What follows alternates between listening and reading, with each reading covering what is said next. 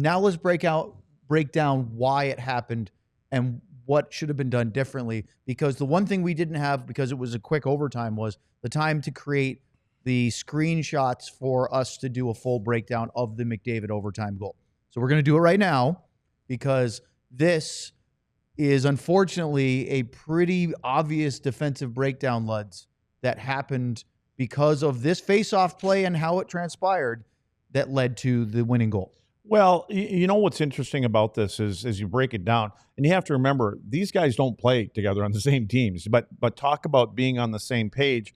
When the first off, with Connor McDavid, he does a good job. He doesn't really win the draw, but he gets his foot in there enough to keep it close to him so that he can get a second whack at it. And when he ends up throwing it back to the point, moves across to Makar, and just prior to this, you would have seen, you got Mitch Marner, who lines up on the inside of the ice on the faceoff, right? So he immediately, as soon as the faceoff's taken, he's at the top of the circle on the left there. He starts gravitating to the opposite side of the ice where Makar is. Makar gets the puck, Marner always tries to find open ice anyways, and I think that's what he knows. It buys them a little bit more time, and he's a player that can make obviously great plays, and he plays with Austin Matthews and some great players. But what happens is Makar just rims this puck all the way around the ice.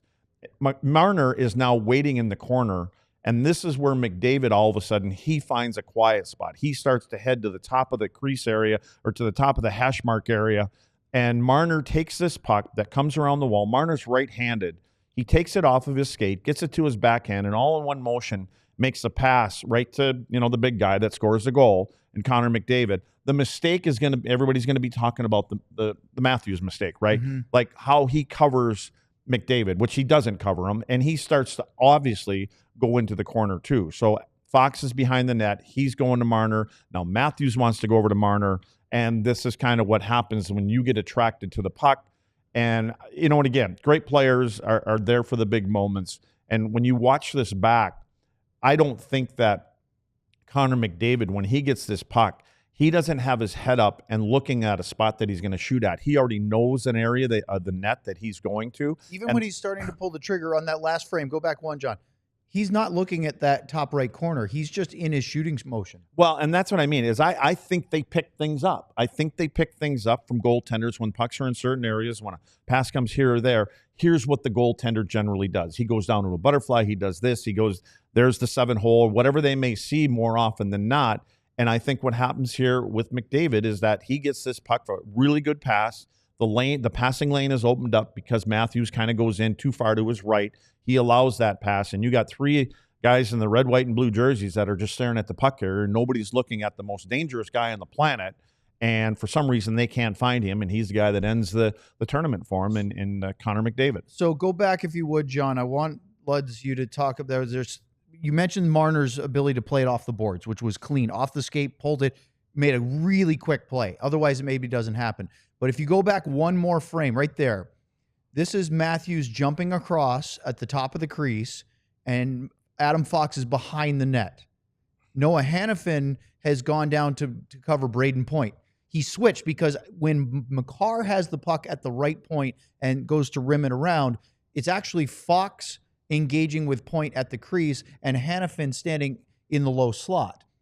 I'm fine with the two defensemen switching like that. That's because they're not playing man-on-man. But the question I have for you is, why is Adam Fox going behind the net there? Well, I think he's already down there. If you keep coming back, if you go back one more frame, back again. Oh. Well, there we go.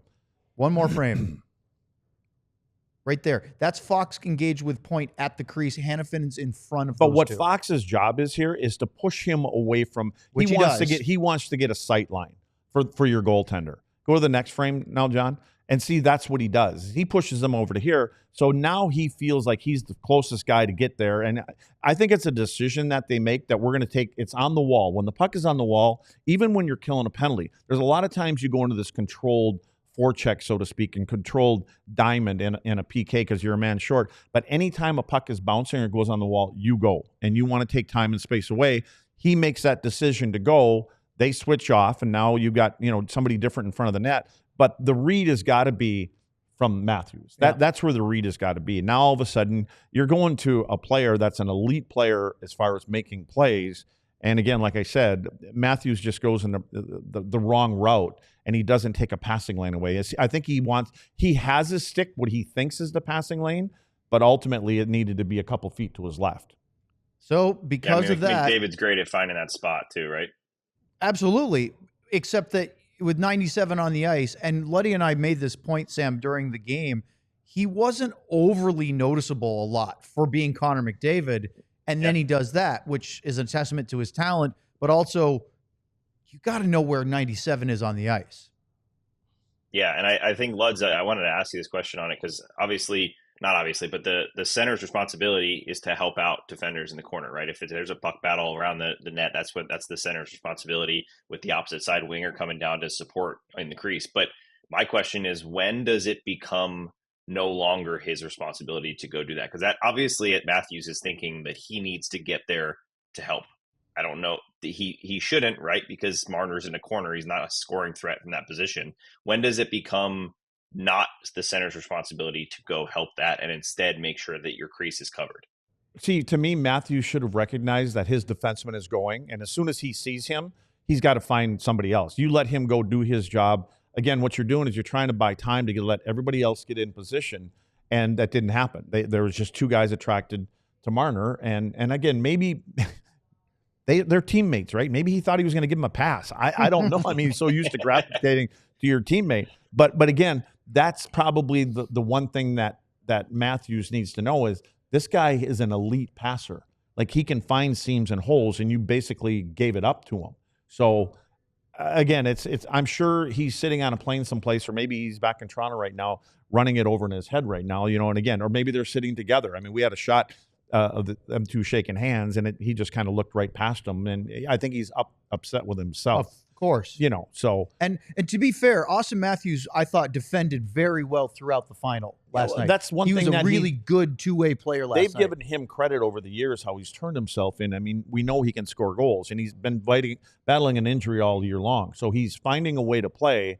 But Matthews, I think what he's probably pissed off the most is he had 2 or 3 good chances to end this great thing. A's. Yeah. And that's probably what upsets him the most, not as much as the passing lane that he left open the day after, the night after the game, is I had 2 or 3 chances, and Binnington was just the better goaltender at that moment.